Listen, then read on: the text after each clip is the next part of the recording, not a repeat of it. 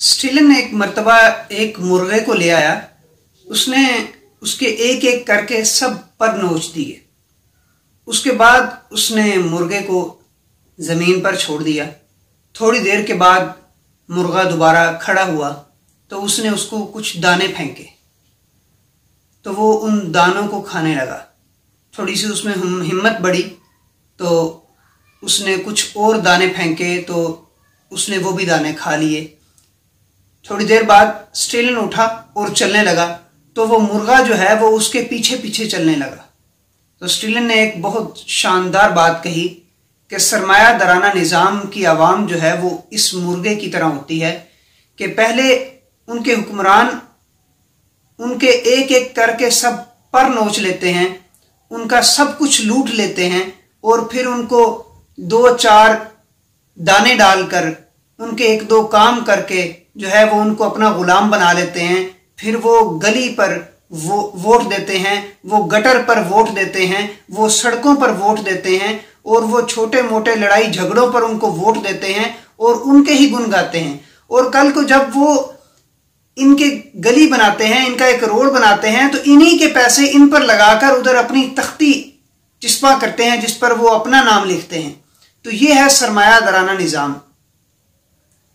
आप देख लें कि दुनिया की 60% दौलत, ऑक्सफैम एक इदारा है उसके मुताबिक 60% दौलत दुनिया के 62 अमीर तरीन लोगों के हाथों में। जब ये निज़ाम चलता है सरमाया दराना निज़ाम तो ये दौलत जो है वो चंद हाथों के अंदर इकट्ठी हो जाती है। फिर इसके और कई मसाइल हैं।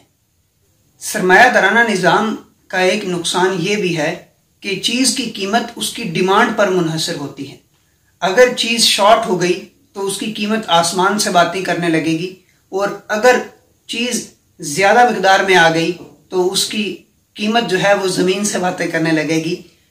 तो किसी चीज़ की कोई कीमत नहीं है। सरमाया दराना निज़ाम ये कहता है कि हमारी मंडी मुकम्मल आज़ाद है, वो अपना रेट खुद तय करेगी और चीज़ अपनी मर्जी से फरोख्त करेंगे। ये उनका दावा है, हकीकतन ऐसा मुमकिन नहीं है और ऐसा हो भी नहीं रहा। होता यह है कि हुकूमत सरमायादारों से पूछकर किसी चीज़ का रेट तय कर देती है। अब किसान की एक काश्त है, उसका रेट जो है वो हुकूमत के करता धरता सरमायादारों से पूछकर एक रेट तय कर देंगे। अब उसके मुताबिक ही किसान को पैसे मिलेंगे। अब मसला ये है कि किसान का उस पर खर्चा ज़्यादा आया होता है, मेहनत ज़्यादा आई होती है और उसको जो कीमत मिलती है वो उससे कम होती है। तो अब वो या तो हुकूमत से टकराए और कहे कि नहीं, मैंने इतने पैसों में मैंने ये चीज़ फरोख्त नहीं करनी है। ऐसा मुमकिन नहीं है क्योंकि वो उसको नहीं रख सकता अपने पास, उसको बेचना ही पड़ता है। अब अगर वो बेचता है तो उसको नुकसान होता है, अगर वो रखता है तो वो रख नहीं सकता। अब लाजमी बात है बेचेगा उसको। एक तो जब उसको नुकसान होगा तो ये बहुत बुरी बात है कि हमारे किसान को नुकसान हो रहा है और जो है वो किसान जो है वो अपनी काश्तकारी छोड़ेगा। अब देखें, किसान एक तो नुकसान उठा रहा है, फिर दूसरा वो ये है कि वो काश्तकारी से जा रहा है।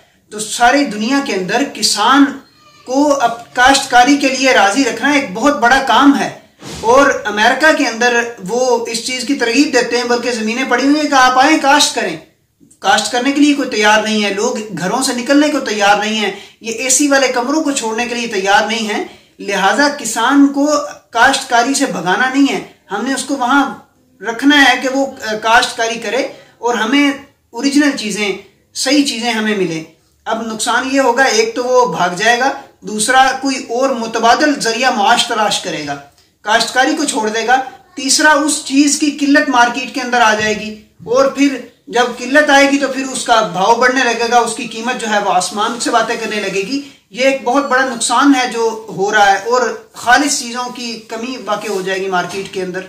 इसमें हमें फेवर करनी चाहिए कि हमें अपने बिहाफ पे हम अपनी मर्जी से कीमत तय नहीं करनी चाहिए, ज़मीनी हक़ाइक़ को पसे पुश नहीं डालना चाहिए, बल्कि ये देखना चाहिए कि किसान का इस पर कितना खर्चा आया है और किसान की कितनी मेहनत लगी है और उसके बाद हम किसान को इस पर कितना मुनाफा दे रहे हैं, हमें ये सोचना चाहिए और इसके बारे में गौर व फिक्र करना चाहिए।